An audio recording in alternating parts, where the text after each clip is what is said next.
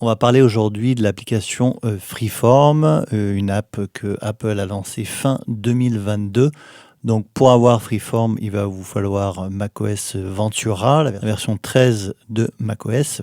Et cette application est vraiment native dans la dernière version de macOS et fait partie de toutes ces applications gratuites intégrées au système, comme par exemple Rappel, Notes, Contact, Mail, Safari, etc. C'est vraiment des applications de productivité gratuites proposées par Apple, comme également Pages, Keynote et Numbers. Donc c'est tout ça, c'est des applications que je vous incite vraiment à utiliser. Je vois beaucoup de gens qui téléchargent, qui payent des applications payantes, parfois une fortune, alors que toutes ces applications sont gratuites et intégrées dans l'écosystème Apple, que ce soit sur Mac, iPhone ou iPad. Donc aujourd'hui, on se concentre sur Freeform, qui est une sorte de gros bloc-notes un petit peu illimité. Donc c'est vraiment une application qui a été pensée pour faire du brainstorming. Ça va vous permettre de jeter des idées, soit en écrivant, soit en dessinant, soit en mettant des post-it, soit en faisant glisser des documents, des PDF, en écrivant, etc. etc.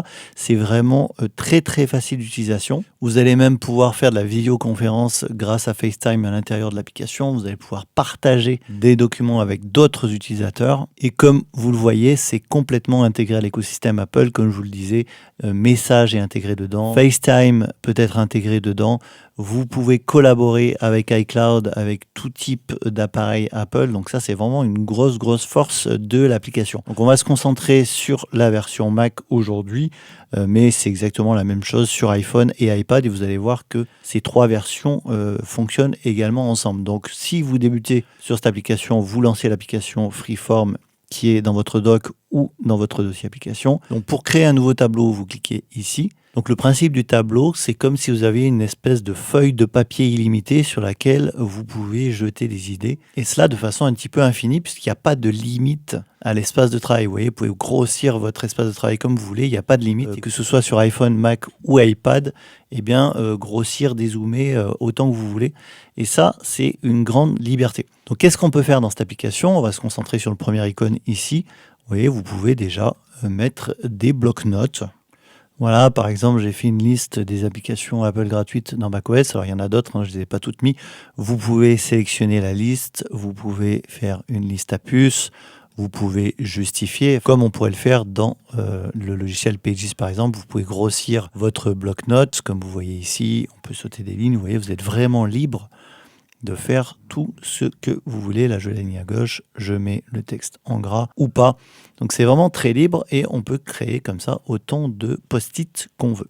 Ici, vous avez accès à tout un tas de formes géométriques. Donc, si vous utilisez déjà Pages, Keynote et Numbers, vous avez déjà tous ces éléments-là. On les retrouve dans Freeform. Donc, il suffit de les prendre et vous pouvez bien entendu changer la couleur de fond, changer la couleur du texte. Ici, par exemple, je vais mettre en blanc, voilà. Et vous voyez, ça va extrêmement vite. Et là, encore une fois, on peut en faire autant qu'on veut. On peut les déplacer, les redimensionner comme on veut.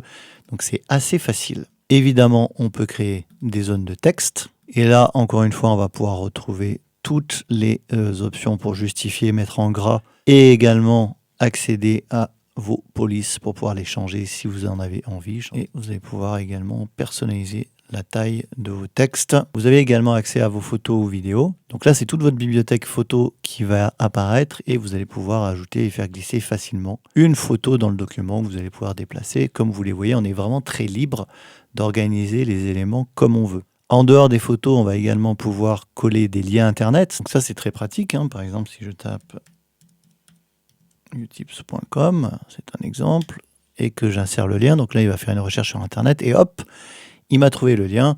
Ce lien, évidemment, il est cliquable. On double-clique et ça nous amène sur le site internet. Donc là, c'est vraiment très pratique. Vous pouvez créer autant de liens que vous voulez. Voilà pour les photos et voilà pour le lien. On peut également ajouter des documents qui sont à l'intérieur de votre Finder. Donc, par exemple, je vais prendre un PDF et je vais le faire glisser dedans. Et vous voyez, mon fichier PDF, pareil, je peux l'organiser. Je peux le mettre où je veux et je suis toujours libre de le déplacer. Alors vous allez me dire, ok, mais est-ce qu'on peut aussi dessiner? Eh bien entendu, on peut aussi dessiner. Donc si vous voulez dessiner, vous pouvez cliquer ici sur la petite plume et là vous allez pouvoir, vous voyez, faire des formes comme ça à la main directement grâce à ces petites fonctionnalités. Mais si vous voulez vraiment dessiner plus précisément, vous pouvez faire un clic droit dans le document. Vous faites importer depuis l'iPhone ou l'iPad. Là, en l'occurrence, j'ai un iPad à côté de moi, donc je vais faire ajouter une esquisse. Donc là, je vais prendre l'iPad et je vais faire un test. OK.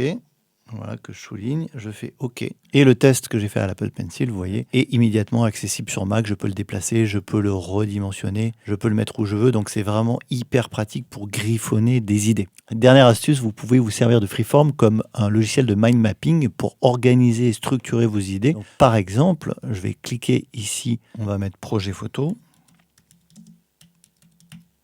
Donc là, c'est un projet que je pourrais avoir, par exemple. Vous voyez, je peux déjà sélectionner tous les éléments et les déplacer à gauche et me recentrer sur ce nouveau projet qui est plutôt à droite. Je vais recréer d'autres carrés comme ça. Je vais par exemple faire une liste du matériel qui est à prendre, d'accord? Donc là, c'est un exemple. Et je vais pouvoir créer autant de carrés comme ça et les relier entre eux en les sélectionnant comme ça. Je vais faire un clic droit et là, vous pouvez ajouter une ligne de connexion et vous voyez que vous allez pouvoir linker comme ça et construire votre mind map directement à l'intérieur de Freeform.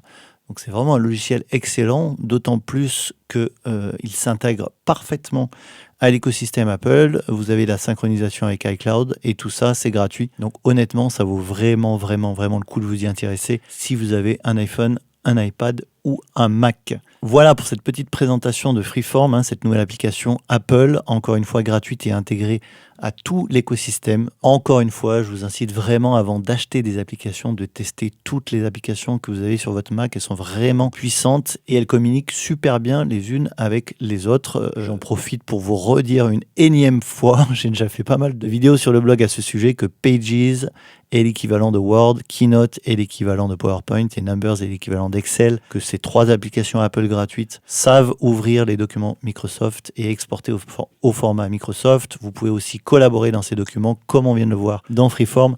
Donc ça vaut vraiment le coup de vous intéresser à toutes les applications Apple qui sont installées sur votre machine. Voilà pour la petite vidéo du jour. Si vous avez des questions, n'hésitez pas. Et moi, je vous dis à la semaine prochaine pour une nouvelle astuce sur l'univers Apple.